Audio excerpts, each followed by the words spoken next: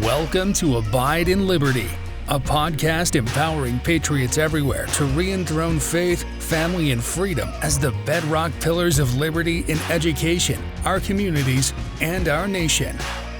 Hello, everyone, and welcome back to Abide in Liberty. I've been in the middle of this series talking about a bunch of miracles from the American Revolution, and we're not done with that, but I did need to take a quick pause for kind of a special podcast related to an initiative that we're going to be doing with the school, and I'd like to invite everyone that listens to join us in that, whether you're a school family or not. As Satan's power is on the rise in the world, our families are under constant attack, the economy is a shambles, and our civilization is disintegrating around us. And I've talked before on this podcast about the importance of having a laser focus on what God's mission is for us. And for no one does God's mission for us include hours or even many minutes a day mindlessly scrolling, gaming, or texting. With what's going on in the world today, we simply do not have time for laziness, for apathy, or for mindless entertainment. It's go time. We are in the last days of the last days. God's army is on the earth, and it's time we all kick the distractions and get laser focused on preparing our families and our communities for the Savior's second coming. And there is not an educational app in the world or a video game in the world that will help us accomplish that. So I wanted to introduce that this way because screen usage and inappropriate screen usage is definitely an adult problem, and it's keeping many of the adults in our nation from doing what they need to be doing. And I want to keep that in mind, but it's also a huge kid issue. It's an even bigger kid issue because more and more kids are being exposed to this and becoming addicted to it at younger and younger ages. The iPhone was invented in 2007. That was just 16 years ago. So the generation of kids who grew up with a phone or an iPad in their hands hasn't even graduated high school yet. We haven't even seen the full impact of what the screen zombie apocalypse is going to do to us yet. My wife, Bonnie, is here with me today. She and I together run the Liberty Youth Academy in Arizona, and we've been doing that for about 7 years now. And we have certainly seen an impact on the ability of kids to learn, to emotionally regulate, to develop good social relations in the 7 years that we've been doing this, and it's not been a good trend. My mom, however, who began the Liberty Youth Academy in St. George in 2008, has seen an even more drastic change. So in 2008, yes, the iPhone was around. It had been around for about a year, but it was not as ubiquitous, let alone among adults, even less so among children. Now kids are getting them younger and younger. It's not uncommon to have kindergartners with iPhones. So this is a measurable impact. It is real, and it's not good. And we desperately need to do something to fix this. So what we're doing, and the purpose of this podcast, is we're kicking off a No Screen November challenge that both locations of Liberty Youth Academy are going to be doing from November 6th through November 30th. And we want to invite anyone under the sound of my voice, any friends of the school or any just friends of us that would like to join us in this. We invite you. You will be blessed for doing it. Now, real quick, this is kind of unique for school families. We are going to be providing an incentive for our school families for listening to this podcast in its entirety so that you make sure you get all the information to help you be successful in this No Screen November challenge. Each incentive for each location is going to be a little bit different. So you'll have to refer to an email that's going to be sent out for the details. But regardless of which location you're at, you're going to need 3 key words in order to claim that incentive. And those words, I'm just going to give you verbally at random points throughout the podcast today. It's not going to show up on the screen, so you can't skip ahead to it. You're going to have to actually listen to the whole thing. So 3 key words. Once you've got them, you can follow the instructions in the email that you'll receive to claim that incentive. All right, so before we jump into this, and before I kind of turn most of the rest of this over to Bonnie, I want to talk about why we're doing this. I've talked about some of the impacts, but it's there's more to it than that. We want to help our school families become stronger, happier, and more productive. In 30 years, our country is going to be chock full of adults who can't focus, who can't problem solve, who don't know how to have real relationships, who are depressed and don't know how to emotionally regulate themselves. And we don't want that for our family or our children. And we certainly don't want it for the school families that we work with. The problem truly is that dire. That is not an overstatement. If anything, I may not be stating it strongly enough. We believe strongly that in order, our nation is full of problems.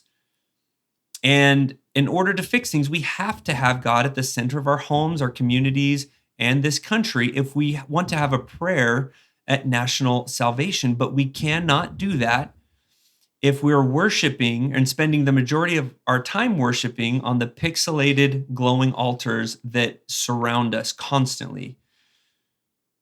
Also, the effects that screens have, and we're going to talk about this more later, the effects that they have on our brains and on our central nervous system leave us in a state where we cannot receive the spiritual promptings that are going to be vital to our survival. We need God, but we are so surrounded by white noise and distractions that many times his promptings and his messages simply cannot get through. So to kick this off, we're going to have Bonnie has kind of been doing a lot of the research here. The book that we're pulling this from and that the research that we're going to talk about from here forward is coming from is a book called Reset Your Child's Brain by Victoria Dunkley. So this is not meant, we're not going to read this to you. This is not meant to be comprehensive. We want to get through enough in this podcast to kind of pique your interest and hopefully motivate you to take the next step. But if you come out of this with any doubts or you're still not completely convinced, that's okay. Go read the book. Really try and internalize it. And then if you still have questions or concerns, come chat with us. But this is where this is all coming from. First code word, by the way, is just. All right. So let's talk about, Bonnie, first, the behaviors that stem from screen usage. So what are some of the common things that have been linked with either excessive or just inappropriate screen usage in general? So according to Victoria Dunkley, she says that children often live in a state of hyper-arousal when they spend too much time on screens, and too much time can be a very, very small amount of time, can still be too much for children. She talks a lot about how they will have issues with their mood, with anxiety, with their cognition, with their behaviors, their social interaction. They might have trouble sleeping. They might be irritable frequently. They might get depressed. They might have rapidly changing moods. They might have excessive or age-inappropriate tantrums, low frustration tolerance, poor self-regulation, disorganized behavior, poor sportsmanship, oppositional defiant disorder, or behaviors, not necessarily as the disorder, but for behaviors, poor eye contact, insomnia, learning disabilities, poor short-term memory, tics, stuttering, hallucinations. There's just, the list goes on and on. There are so many symptoms that our children can exhibit that really could be stemming from the electronics that are pervasive in our society. So we're talking about this affects, there's physical implications here. So, for those who are members of the Church of Jesus Christ of Latter-day Saints, we've been there's a youth program that tries to help kids develop. And those four categories, I wasn't prepared to talk about this, but they are, do you remember what they are? There's social, intellectual, physical, and spiritual. Okay. This touches all of those in multiple ways. It does. I hadn't really made this connection when we were preparing for this, but Christ, where that program came from is the scripture about Christ developing. He grew in stature and in favor with God and man. Right. So this attack that has been launched on our kids is literally, it is preventing our kids from developing and following Christ through his development and the way that he developed. That's a big deal. I think it would have been easier to ask what areas does it not impact? And I don't know that I can think of Yes. any. Um, It doesn't affect their hair growth as far as we know. I mean, yes. that might be about it. But No, as even far then- as their there's a lot. It's going to affect their academics. It's going to affect their social abilities, and their social abilities starting young, but that dictates their future social relationships. If they are struggling with creating good peer relationships as a child, and that continues on into their adolescence, they're not going to be able to have good romantic relationships. And then, I'm scared to think of what our society will look like in 30, 40 years when we have so much dysregulation in our society. Yeah, I mean, when you think about I think a lot of us are familiar with kids getting grumpy when it's time for them to stop a video game. So I think a lot of times we think, oh, okay, well, they get grumpy about it just because they're really into it. But it's so much more than that. I think there's a lot of other things that you just mentioned there that parents would probably recognize in their own kids. And, maybe that has something to do with that. So some of those things sound like other clinical diagnoses that we hear talked about a lot. Social development a lot of time is linked with autism or, hyper arousal and a difficulty focusing. Is there a connection between screen usage and those diagnoses? Is this causing diagnoses? Again, this is Victoria Dunkley, because I am not a psychiatrist or a psychologist, but from her research and what she shares in the book, she will not diagnose a child with anything until they have done a 4-week or at least a 3-week screen reset, is what she calls it. And it's a 3-week complete and total screen-free time. And within that 3 weeks, there's certain things that the parents have to be able to do, but they take that time to help to heal, to help their child's nervous system to regulate and help to heal the brain. And so after 3 weeks, then she will look at whether or not she's ready to diagnose. But she finds that most often ADD, ADHD, autism, bipolar, a lot of these issues resolve themselves with just a screen fast. Not all the times are they completely resolved, but she hasn't found a situation where they have truly stuck with the screen fast, because often kids, if it's not working, often it's because the kids are sneaking screens in some way. But if they truly honor that, nobody does not improve, if that makes sense. Everyone across the board, there's always an improvement. There still sometimes are situations where she does need to prescribe medication. They still do have bipolar. They still do have ADD. They still do have those underlying symptoms or underlying issues, the underlying behavioral or neurological issues. But the symptoms lessen drastically. The huge fits, the huge tantrums that last 30 minutes and are, destructive of property or things like that, often those will diminish significantly or completely. So bipolar, ADHD, autism are still real things. Yes, they are still real things. But those who have that underlying condition, screens can magnify the problem. Screens can magnify it, and often she calls it electronic screen syndrome, or ESS. It can mimic a lot of those. So sometimes you might think, oh, I think my kid has autism, and they might even have been diagnosed with such a thing. But without taking the screen factor out of it and allowing that nervous system to regulate and allowing that brain to heal, without that, you don't know if they truly have that issue, that disorder, or if electronic screen syndrome is mimicking that behavior, which is giving you that diagnosis, which is putting them on medication that has side effects that also bring in its own level of complexity. So I think that's important to note when we're talking about behavioral diagnoses or other things like that. There's not like a blood test you can take for autism. No. You don't go get a blood panel done and they say, oh, look, here's this elevated protein, you have autism. That you look at behaviors, and so there are underlying developmental things that can cause that result in autism or ADHD, but the screens themselves can affect children in a way that they behave and present like they've got some of these things. And in some cases they do, and screens magnify it, but in other cases they simply don't.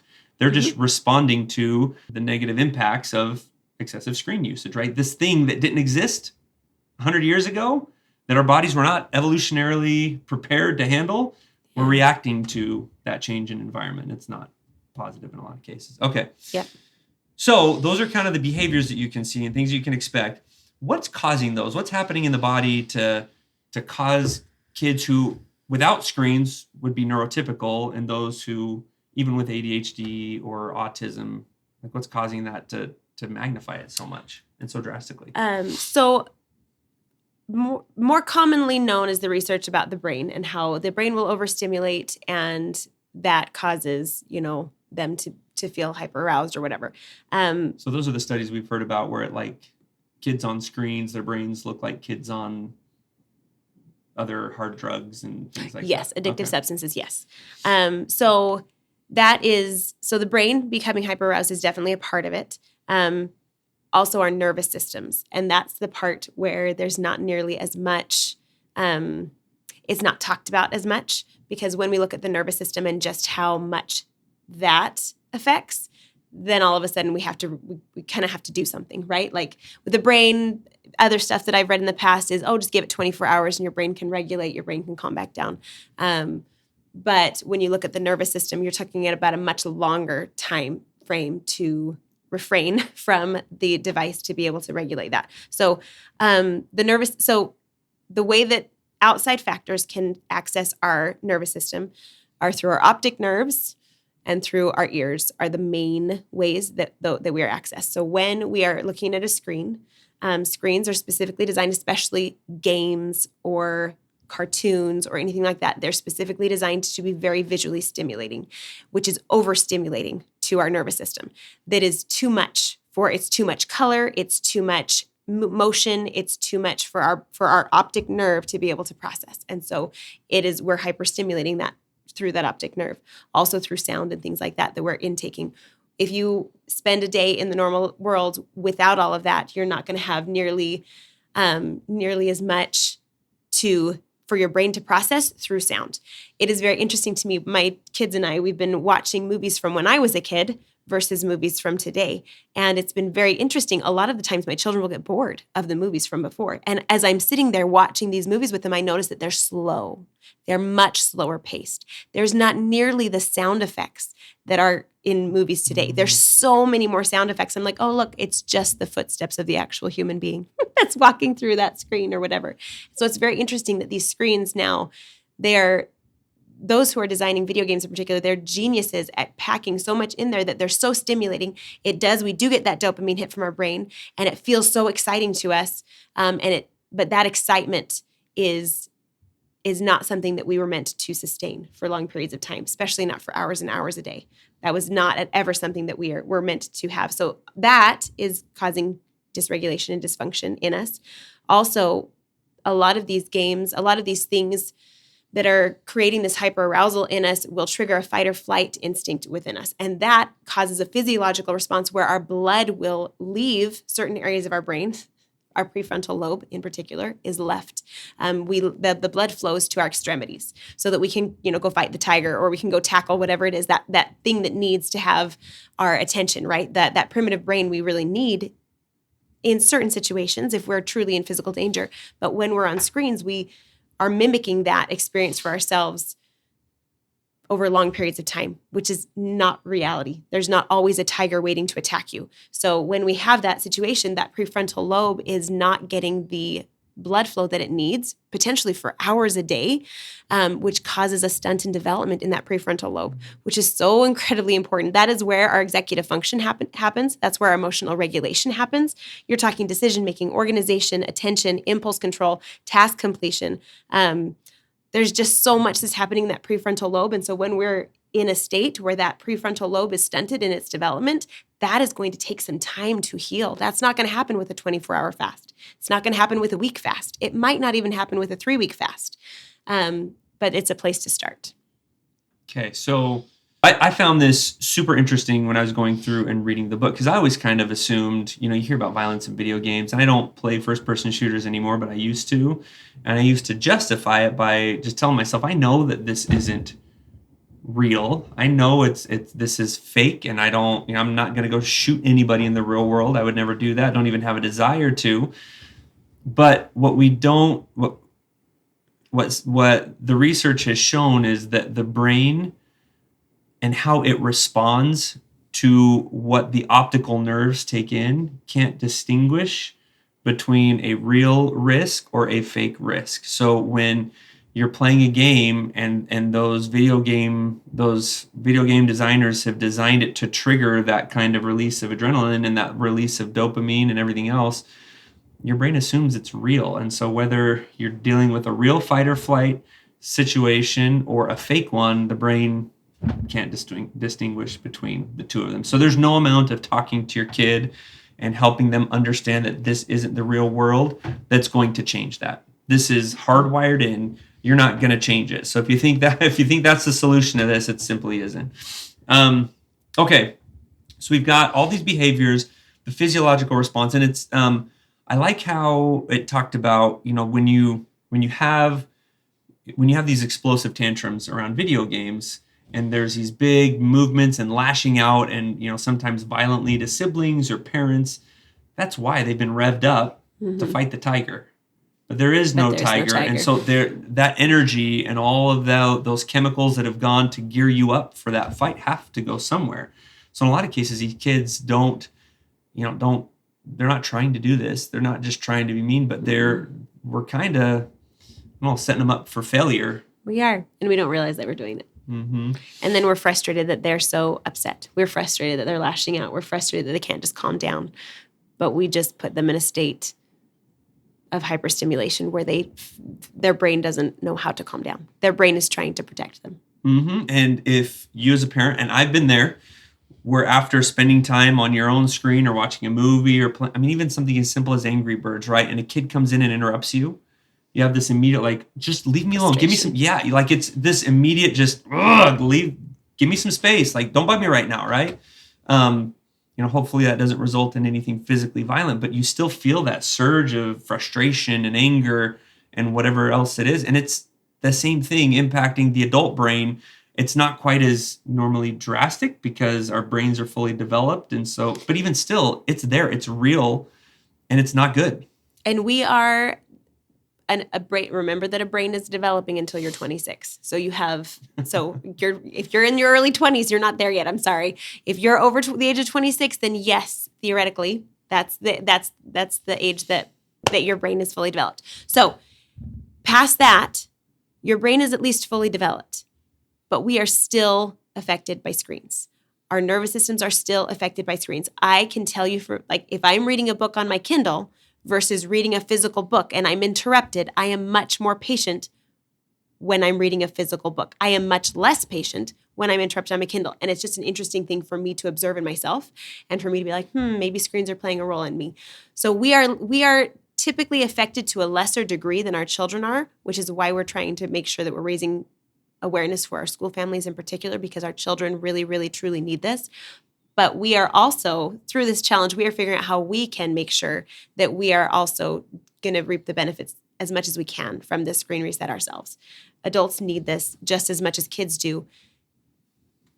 We're just affected to a lesser degree, but we are still affected by these screens. Yeah, and the fact that we're affected to a lesser degree, I don't think means that because it's a lesser degree that makes it an okay degree. No, it's just not. Because, I don't know, the Hiroshima bomb is less deadly than our current nuclear bombs today. That doesn't make the Hiroshima bomb any less deadly or dangerous, right? It's a matter of degrees. So when I look at this, I have justified a lot of my time. We're in the middle, I think I've talked about this a little bit. We moved to a new home 11 months ago, and we've been homesteading and trying, we planted an orchard. We were working in the garden this morning. We've been doing animals, and a lot of that research I've done online and specifically through YouTube channels. So I don't have any games on my phone and haven't for years because of what I had known about screen usage before. But just in the couple weeks that we've been preparing for this No Screen November,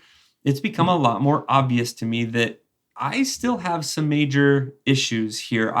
For me, I get my dopamine hit, my escape, whatever, through never-ending research for whatever it is that we're doing next. And I don't know, we're looking at, I'd love to get a dairy cow. So I've spent, I don't know how much time looking at videos on fencing. And same thing, kids come and interrupt, and I'm kind of irritable and I don't want to be interrupted.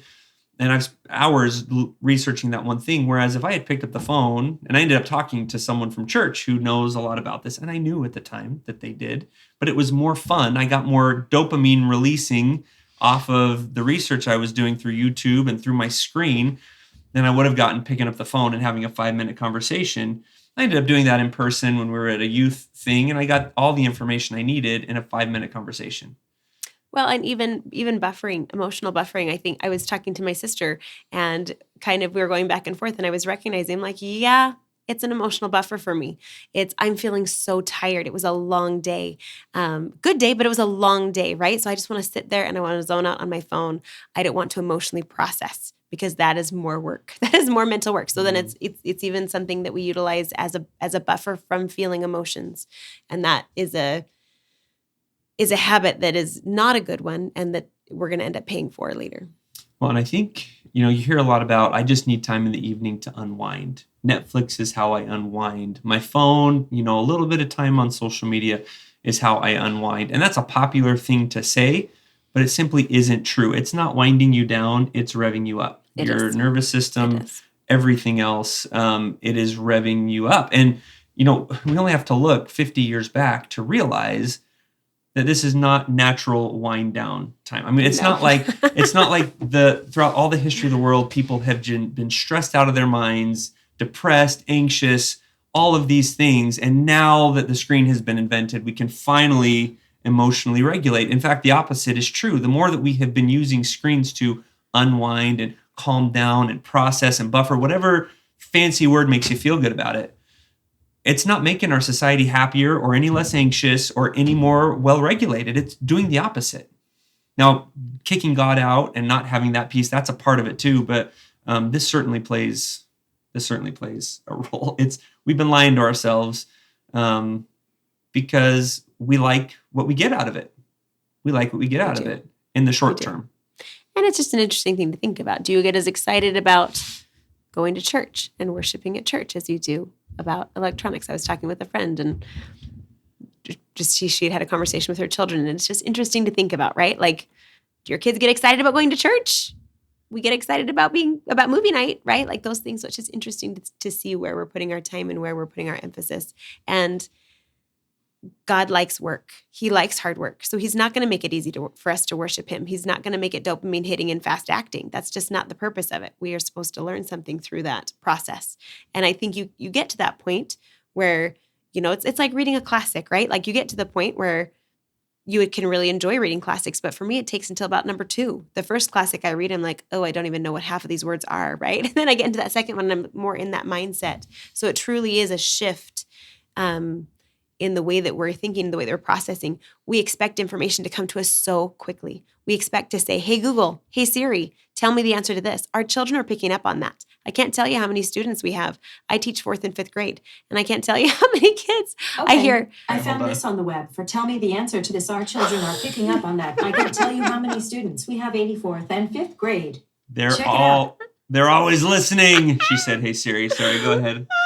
I think we might leave that in. These devices are everywhere. They're taking over. They're everywhere. Sorry, go ahead. But I have students that say, oh, I asked my device, I won't say any names anymore.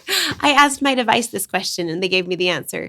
And it's just so interesting. And I'm like, okay, so you got that piece of information from Google. Do you know where it actually came from? Do you know where did Google get it from?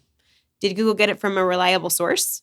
Are you sure it was a reliable source? Because I have kids use Google as a reference for their projects and their presentations and things. And I'm like, did you actually go to find that source? So it's just an interesting thing to note. Like we live in a world where we expect fast, snappy information. We expect to be able to get our answers fast and snappy. And that's actually not even good for our brains. It's not good for us as a human to get information and to have that much stimulus coming at us so quickly. The slower processing of it is actually better for us. And screens in general, one of the big issues with screens is they're taking the place of the time when we used to have conversations. Your kids the vast majority of people, if you go on a road trip, your kids are on their screens, right? Like we decided, I don't remember how many years ago, to take that away from our kids, and we were going to road trip without them. It was a terrifying thought. It was a terrifying thought. And that first trip, we were scared to death. We're like, are we going to survive this trip? We haven't gone back to it. We love it now. We love it now. I'll read a book out loud. The kids have conversations. We'll talk. We'll listen to music. We have good, we have a stronger relationship, I feel like, because we take that time to interact with each other instead of just being in our own little self-enclosed space with our electronic device. We have less. This seems totally counterintuitive to what the device manufacturers will tell us today. But we have less fighting, less whining, less arguing on road trips now that we don't have screens than we did before. And it's because we haven't boxed 6 people into a little sardine can of a car and given them all fight or flight machines. Yep. And that's what we're doing. You're hyperstimulating that child. So yeah, they can't hold still.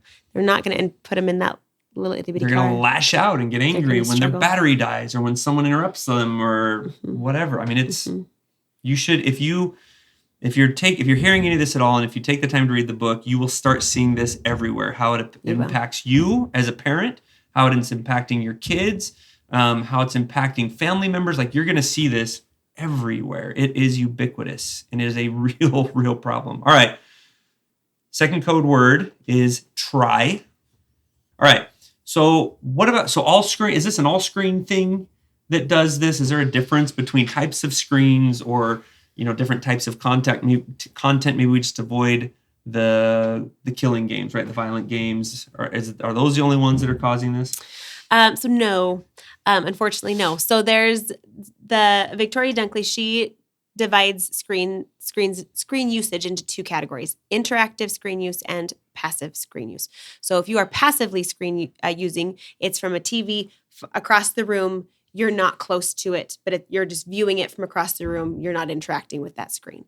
That is considered passive screen time. Interactive screen time is anything where you are interacting with the screen. So if it's a smartphone, if it's an iPad, if it's a laptop and you have a keyboard, if there's a controller or a device, then you're interacting with it all of a sudden. So controller, even with the screen up there, you're not interacting with the screen. Even like a remote control has to be, like even a remote control all of a sudden changes that from passive to interactive because now I'm interacting with it. I can flip my channels. I can create more exciting things for me versus if I'm just watching, the TV's up there, the show is on, and there's nothing with me, I'm not interacting. Most of us will just turn it on, interact for a few seconds, and then it's passive most of the time. Yes, so generally speaking, often, TV is considered passive. Yes. Flipping through channels is considered interactive, but if you're just sitting watching a show, that is considered passive screen time. And then interactive screen time is anything that you interact with that device or that screen.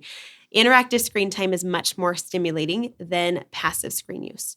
So interactive screen time is the big hitter that you need to make sure that you eliminate completely during a screen fast, 100% completely. And she even talks, she's like, guys, I've seen that old phone that was in a junk drawer that everyone had forgotten about until week 2 of the fast. And then that kid found it. Oh, yes, you bet they did. And they hid it under their bed. Or that old leapfrog from when they were little that they hadn't looked at in years, but it was still in their toy bin. They pulled that out and they started playing games on it. So she talks about doing a screen sweep. You have to go through your house and find all of the screens and get rid of them. Put them in a safe and lock them up. If you hide them in a closet, their kids are going to find them. They will. Don't just get disconnected. She talks about like getting rid of it. She even says, she's like, give it to whoever goes to work and have them put it in a cupboard at work so that it's not even in the home. So they can't possibly access it because kids will try to access it. The other thing with passive screen time is because during her reset, our challenge is to take all screens away for the 25 days of our fast. It's from November 6th to November 30th. Our challenge is to take everything away, do nothing, go completely screen dark. Which is what she recommends. It's just it is what she recommends. Get parents 100% on board. It's like, all right, if I can't get you on board, then if you still want to watch movies as a family, fine. Like that's kind of what she does when she can tell she's losing the battle. Yes, but she does stipulate. Best option here. But we are going for the best option. But she does stipulate if you were going to do some passive screen time, she recommends not to do cartoons at all. No cartoons, because all cartoons happen fast. She recommends only real life things that are older. So she talks about doing things like Sound of Music, like those older movies that are slower paced. There's no CGI. There's no action in them. She talks about making sure no hypersaturation of colors. It's just the filming. So she's very specific about if you are going to do it, if you feel like you can't possibly make it, or if they're going to be with grandma and you want to throw grandma a bone or something like that, she's like, there's very limited things. She recommends not more than an hour a day, which is less than a show typically. And she recommends definitely under no circumstances more than 5 hours of passive screen viewing in a week. But I would challenge again to remove all, because even that small amount can make it so that certain children aren't going to be able to benefit from the screen reset. And we want to just challenge everybody to get the most they possibly can out of these 25 days. Well, the thing is, for our challenge, and we're going to have a little competition at our schools around this, we're going to hold that no screens at all for the kids. Because this is kind of like, I don't know, there's the analogy of the ox, or the guy who was hiring a team to drive his ox team, right? And he had someone come up and he asked, how close can you get to the edge? And one said, I can get within a foot. And the other came, I could get within an inch and I can kick rocks off the side. And the third guy comes up, and when the prospective employer asks, how close to the edge can you get? His response was, I don't know. I stay as far away from the edge as possible. And that was the guy that got the job. So our purpose here is not to try and figure out how to help you guys get as much screen time in as possible without crossing over that line. We want to go for the best option. Just stay away. What's the worst that's going to happen is your kids will be that much better than they would if you didn't do 100% screen fast. So let's not try and shortchange the potential benefits for our kids here, or try and minimize the amount of benefit that they receive from doing a screen fast. That's kind of the wrong approach to take, I think. So, okay. So no screen November, no screens at all. This is a challenge for our students, but we're also making this for the adults, for families. Our school families. This is a family challenge. It will succeed best if the whole family is participating. Mm-hmm. That includes mom and dad. Okay. Now, and this is just a 3-week screen fast to reset the nervous system. And then what? So really fast. Also, digital cameras counts as a screen interface. So if you have a digital camera, and if your teenage daughter, whoever has a digital camera and they're taking pictures and they're viewing that still counts as a screen. That's going to be hyper arousing. So please include that in your fast and lock that one up with the phones and the smaller screens. So what happens after? It depends. So real quick, you also mentioned watching a TV show on an iPad or Netflix or on an iPhone is interactive. It's now interactive. Closer to you. Yes. So it behaves, even though you might still just be watching the show and you don't touch the screen hardly at all, because of how bright those screens are, how close they are to you, and because there is the option to go touch things and mess with stuff. Yes. That becomes interactive. Yes. And she goes into a lot more in her book. She talks about how to keep the brightness of the room equal to the brightness of the television set. That's going to help. So there's so much more in this book than we can possibly cover. So there's definitely more in there. But yes, handheld devices are interactive no matter what is on them, even if it's just a movie. So eliminate all of it. Definitely eliminate all of it. And then after, it depends on your individual family and what you've seen. So she talks about keeping a record. So picking maybe the child that you think would benefit the most from this, and writing down 3 areas where you hope that you might see improvement, whether that's completing their chores or not throwing tantrums or getting more restful sleep, whatever those things are, choosing those things. And she has a whole list in her book that we'll provide to our school families. But choose those 3 areas that you want to focus on and track them. So if you say, okay, they're they haven't been able to go to sleep, they're not getting to bed till 11 or 11:30, and then they're up at 5 and they're wired. So just track that. And then as you go through the program, track it every day or track it at least every other day so you can start to see improvement. And so then when that 3-week screen fast is coming to a close, and for us it's 25 days, so it's 3.5 weeks. As that nears its end, look at that, see where you're at. Have you seen improvement? Oh, now by 10 o'clock, she's asleep every night and she wakes up at 5:30, but she's feeling rested and she's not waking up, bouncing off the walls, or she's not waking up with fits or whatever it is. So whatever those things, that thing that you chose to track, see that improvement and then go from there. What do you want to do? What do you want to do? Now, don't just jump back in. please, please, please don't just jump back in. The Don't fast. don't go back to what you were doing before the fast. Don't go back to whatever the rules that were before, but slowly start to reintroduce things. So what you decide is up to you. You might decide, you know what? I saw improvements, but I think there might be more to gain here. Go for another 3 weeks. That's totally awesome and fabulous. She talks a lot about how some kids 3 weeks is enough, and then they can stop, or then they can slowly start introducing them back. She says some kids, I'll push it out and I'll say, let's do another 3 weeks. Sometimes I'll be like, ooh, let's just keep with it. And sometimes up to 6 months, and they'll stay off. Then they'll slowly start to introduce things back. And you can decide. Passive screen time is the best thing to add back first, before interactive screen time. And whatever you decide to add it back in. And she says to give it 3 months.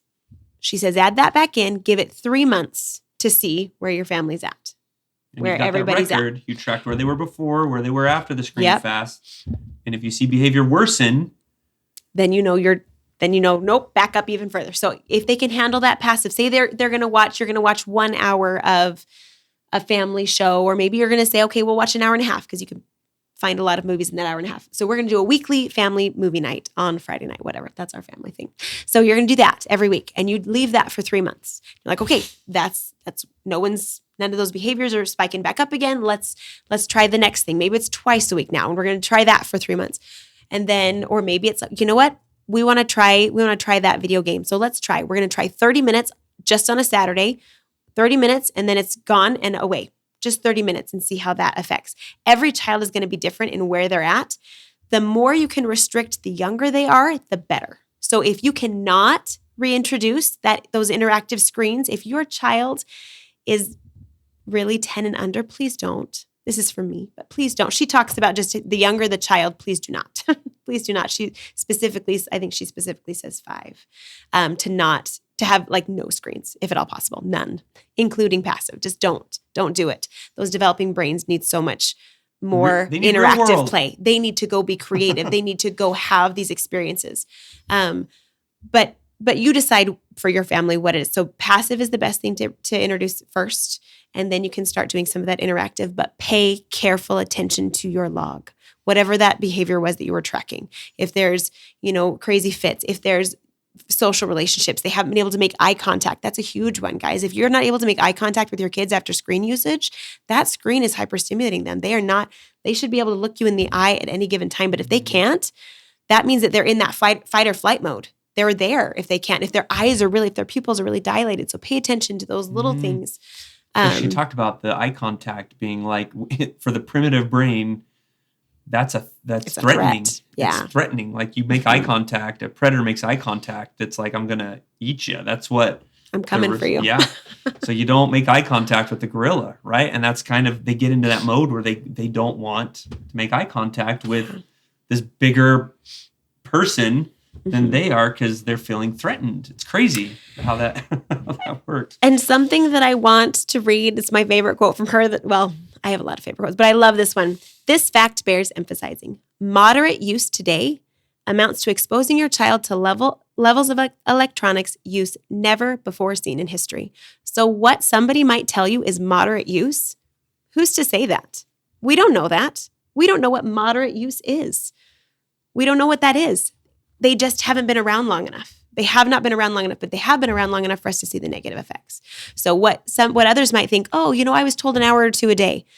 Okay, some kids maybe older teens, maybe the more mature that brain gets, the more that prefrontal lobe gets a chance to develop.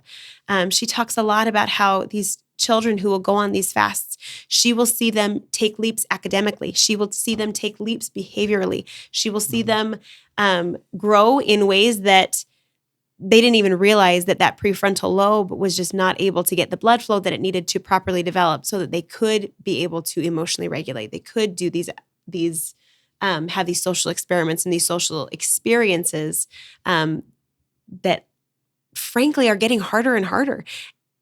I've taught in a school setting for 7 years now, but I've been a teacher for over 10. And I've seen kids and social interactions. And what I see in schools today is that it's way harder for kids to have social interactions. It's way harder. We used to see it was, K1, maybe into second grade, you were having, learning how to navigate that friend, that social circle. But no, it's like clear through middle school, they're really struggling with how in the world do I interact? How do I have a connection with you? Basic How do I share this? Basic friendships, these social relationships that we used to have mastered at a much younger age are so hard for kids or for some kids, and they shouldn't be. They frankly shouldn't be. And it truly is because the physiological responses that our bodies are having to these screens that are brand new, really, as far as the world goes. The world's been around for a long time. As far as humanity goes, they're pretty darn new. We don't understand exactly how they're affecting us. We as parents don't understand. And you can bet that as, we're heading into the time when the creators of all of these electronic devices are going to make a ton of money going into Christmas time. And they're going to tell you that this is the best thing. I saw a commercial about a dad. He was playing a video game and his baby was sitting in a bouncer next to him. And it was supposed to show that this video game was creating bonding between him and this baby that was watching the game with him and laughing. And I'm like, that's not true.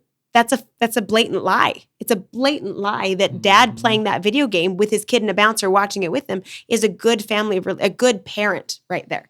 And yet that's what they're going to tell you because they want to be able to make money off of you. You go do your research. Go find those the people who are creating these devices, their kids don't have them. They don't go to a school that has any of them. They will pay whatever it takes to get their kid away from the electronics. Would not give his kids an iPad or an iPhone. They didn't have them. But where are they marketed for? Our kids. Yeah. So it's just you need to have the information. You need to know what's going on. This book would be, I think it was $15, $18, something like that. Huge resource. I think it is such an important resource. I think we as parents need to understand what's going on. And we won't know if we try to look for it on Facebook, if we try to look for it on Instagram. They're not going to have it because guess what? Instagram and Facebook are on they're on screens. Like Victoria Dunkley, she doesn't have a huge presence online. If you go try to find her on she doesn't have an Instagram. She doesn't have a Facebook page. She doesn't have a podcast. She doesn't have any of those. She does appear on other people's podcasts, but she doesn't because she knows how those things affect her. She talks in this book about how she had to create her own boundaries so that she didn't experience these same symptoms and these same issues. Is there a measurable difference in academic performance? Huge. Yes. What was that stat you were telling me about? So let me, no, I'm not gonna be able to find it. So she quotes at the beginning of chapter 4, she quotes someone, I don't remember his name, so sorry about that, but he says that 11-year-olds today are performing at the level that 8 and 9-year-olds were performing 30 years ago. Keep in mind that this book was published in 2015, and I think that quote was from a little bit before then, so I think he was talking about like the 1970s. The 1970s 11-year-olds were performing at the rate that around 2000, it was our 8 and 9-year-olds, and I don't think that statistic has gotten better. I think it's gotten worse. That was true before the advent of the iPhone and the iPad, or about the time that they were coming out. She talks about IQ. IQs are dropping. Our children's IQs are dropping as they spend more times on screens. Yes, academics are huge. And as a teacher, and most teachers know this, most teachers, if you talk to them, I hear about this all the time. They're like, oh yeah, within the first week of school, I can tell you exactly who's on the most screens. Mm-hmm. Yeah. And I can walk into a classroom and it's typically, that first day or two, you're like, oh, okay, I know who you are. I know who the one is that was on their video game, but this morning before they came or was using their iPad on their way to school. It's so easy to tell. And those are the ones that struggle the most. And it is super unfortunate. And if you're like, oh no, it's not that. It's because my kid has ADD, my kid has ADHD, my kid is autistic, my kid is whatever. Okay, yes. But the screens are exacerbating the problem. They are exacerbating the problem. The screens could, in some cases, be the problem. They could. You could have received that diagnosis based on it's really screen usage that's causing it. It could be real, and in many cases it is. But, and she talks a lot about how parents are like, but you're extreme. You're doing this extreme thing. And she's like, nothing is too extreme to save your kid. Nothing is too extreme to help your kid have the best chance possible. That is true. And I would flip that completely on its head. Taking people off screens is not extreme. It's extreme because we have a culture of, we're sitting as a culture where Rome was right before it fell. endless bread and circus, except in today's world, we don't have to go anywhere to get that entertainment, to get that bread and get that circus. It follows us into the bathroom. It's there when we lay down to go to sleep at night. It's there. It's everywhere. It's in our pocket. We carry our circus with us in our pocket. And that dependence on entertainment weakened their backbone. It weakened them morally, and they fell. But it's even worse today. It isn't just, hey, endless entertainment, but it's entertainment that's meant to hit our systems like a drug does, and meant to, enough said there, but this approach of eliminating these screens that are causing this damage is not extreme. Continuing to do it, knowing what it's doing to us, that's extreme. We're trying to get back to normal is what we're doing. And I think it's important to point out that this 3 week no screen November challenge, or 3.5 week, is a reset, but it's meant to be a springboard for lasting change. Jumping into this should not just be I'm going to grin and bear this screen-free hell with my kids for 3.5 weeks, and then so that way we can say we did it.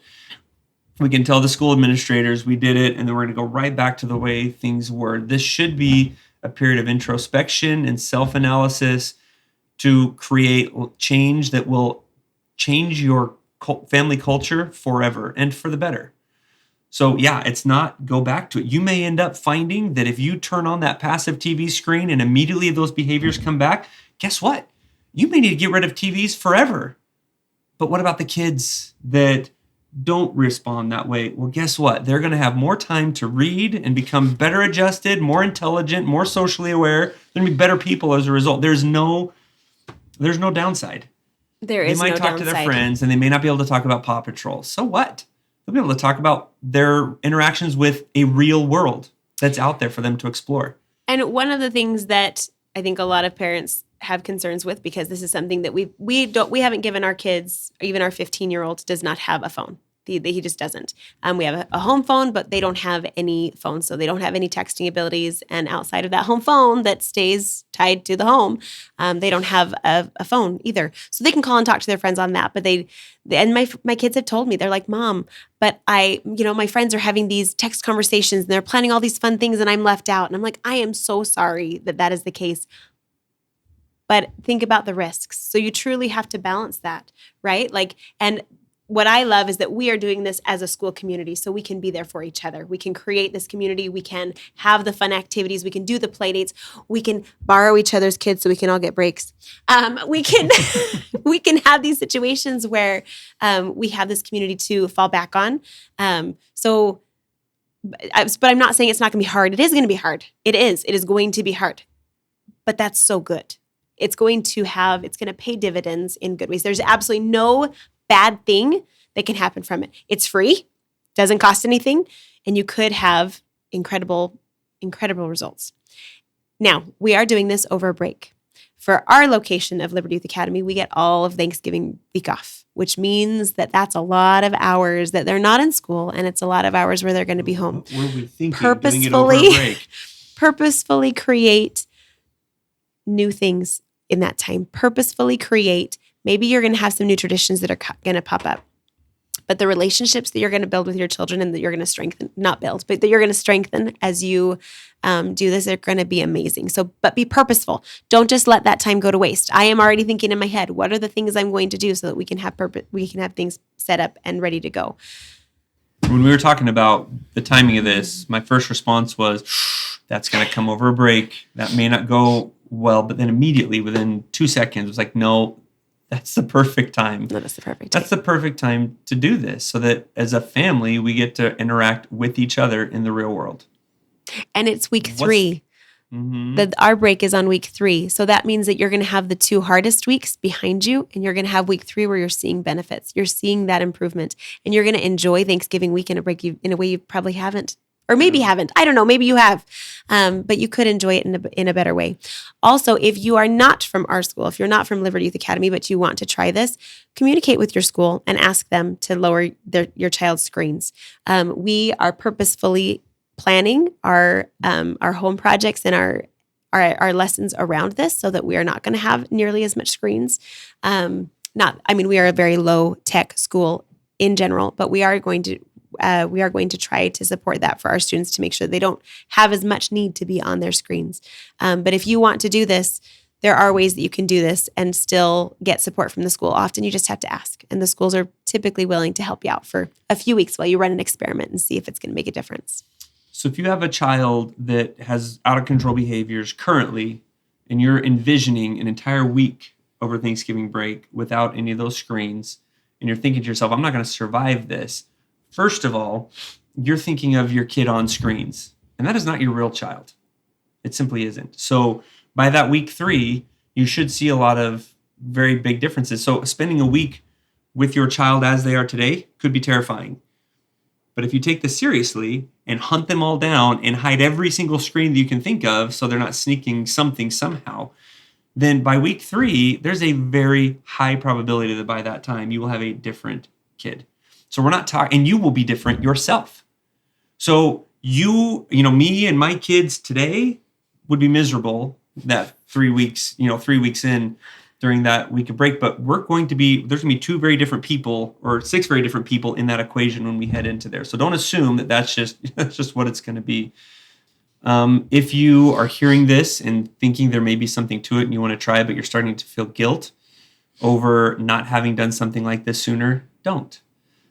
First of all, you're not going to be held accountable for information you didn't have as far as God and Judgment Day goes. God and Judgment Day goes.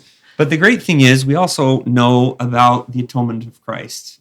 We may have, and I know as parents, we certainly have been imperfect in ways that have hurt our kids or have kept them from developing as much as they could have. But the atonement fixes all that. It can fix all that. So if at the same time that we're doing this fast, we're bringing God more fully into our lives and the lives of our kids, they're going to be okay. They're going to be okay. All that can be healed. So don't beat yourself up, and certainly don't let that guilt stop you from doing anything different. All right. How about managing adult versus kid boundaries? So parents have to work.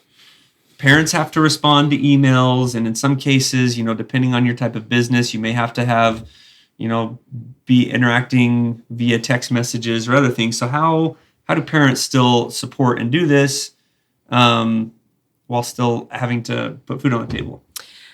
So chunk things. Block your time.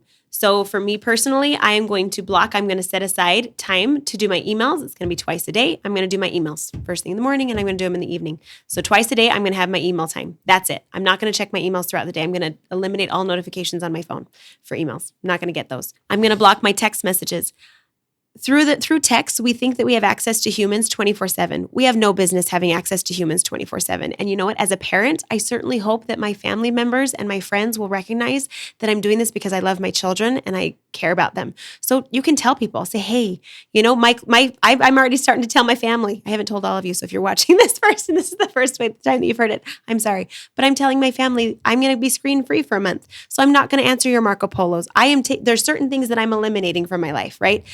For that month, I'm going to eliminate Marco Polo. I'm going to eliminate social media. I don't need any of that in my life. That's not what I need to operate in my job, in my career. So, but there are things that I do. I need to check my emails. I need to be able to access my school situation. So I'm going to make sure that I do that, but I'm going to block it.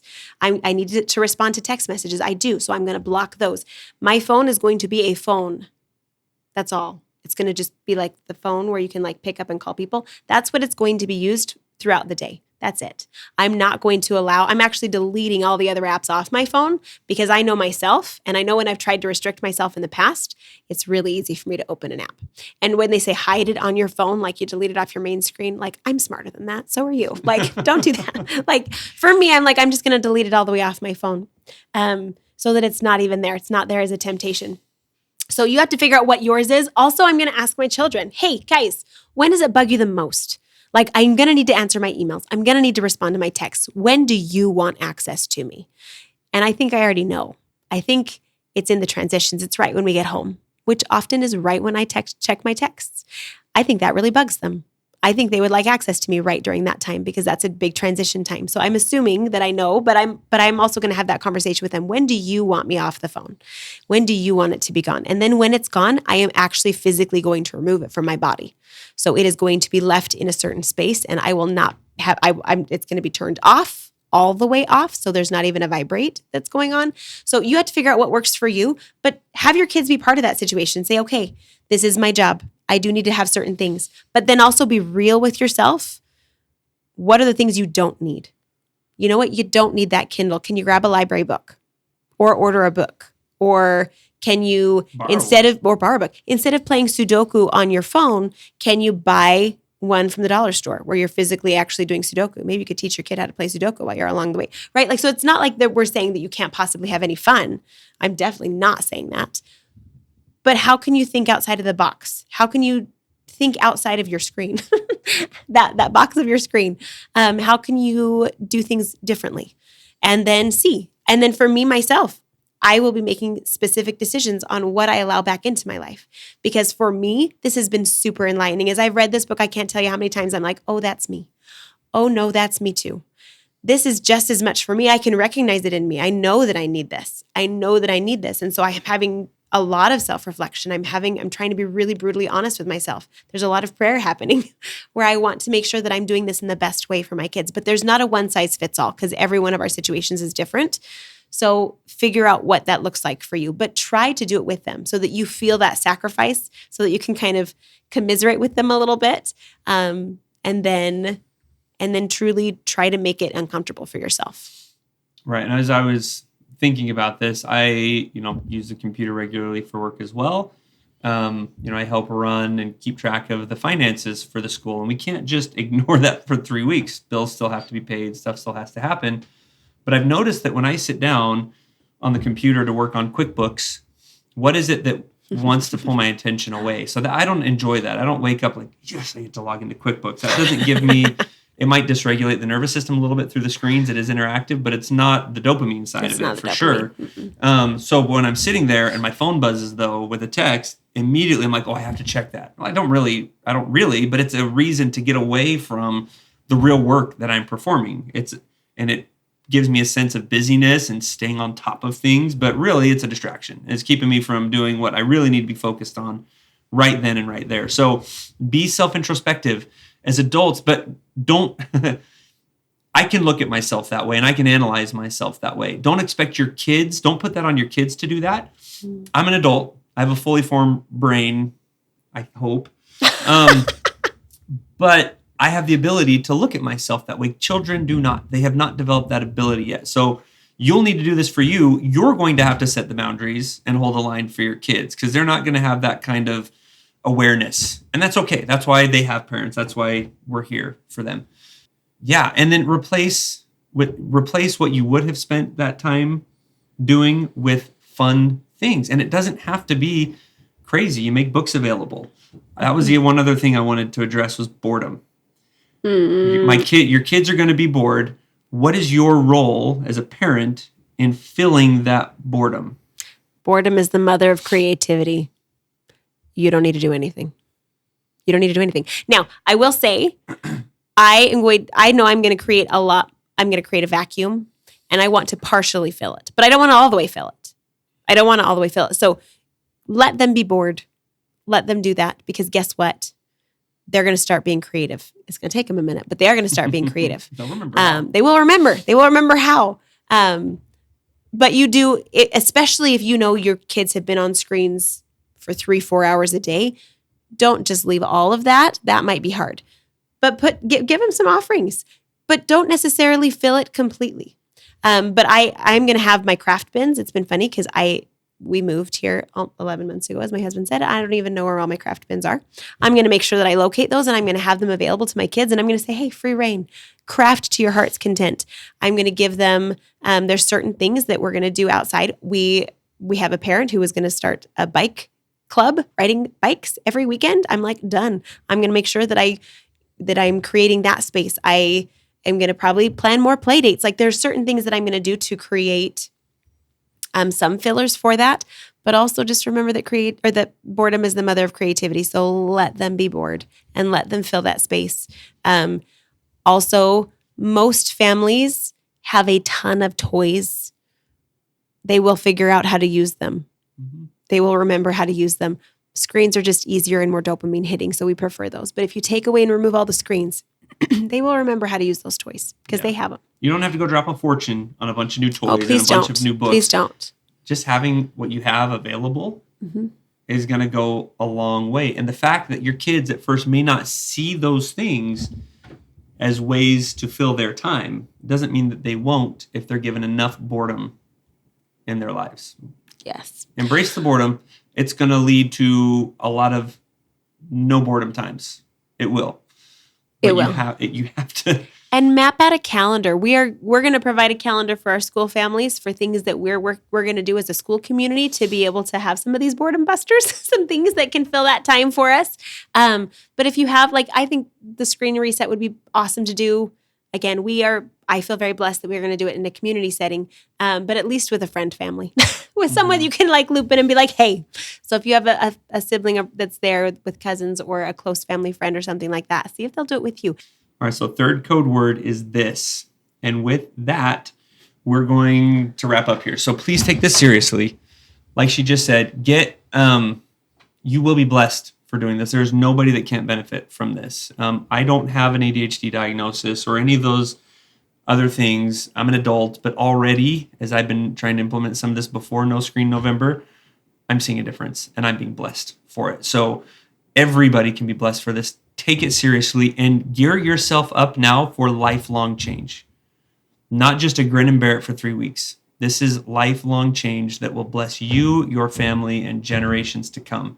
If there's any one thing that you can do to help your kids not just be successful in the eternal world, which I think should be our prime motivation, but you want to help them stand out in the job force, surrounded by screen zombies, which is what most of their peers are going to be when they come out of college and enter the workforce.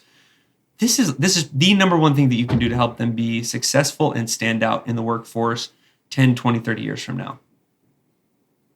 So do it.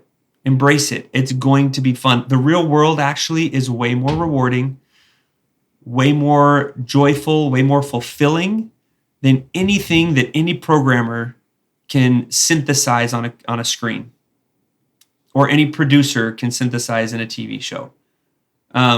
There's nothing cooler than the real world that screen tries to mimic with all these other dopamine nervous system tricks. So, and you can't afford not to do this. You really can't. It's not extreme. Start small. Best of luck to you. If you have ideas, please feel free to share them. If you have other concerns or just need to talk through what your plan is, if you know how to reach out to us, please do, or reach out through our social media channels for the next week, because then we're not going to be checking them after that for a little while anyways. So thank you guys. Good luck and Godspeed. Thank you for listening to Abide in Liberty. Make sure you subscribe so you don't miss any future episodes, and share this with friends and family. In the meantime, keep up with the show online at abideinliberty.com. Also, if you'd like to help our K-12 bless and educate more families, contact us by visiting libertyyouthacademy.org. Until next time, be on the alert, stand firm in the faith, and be strong.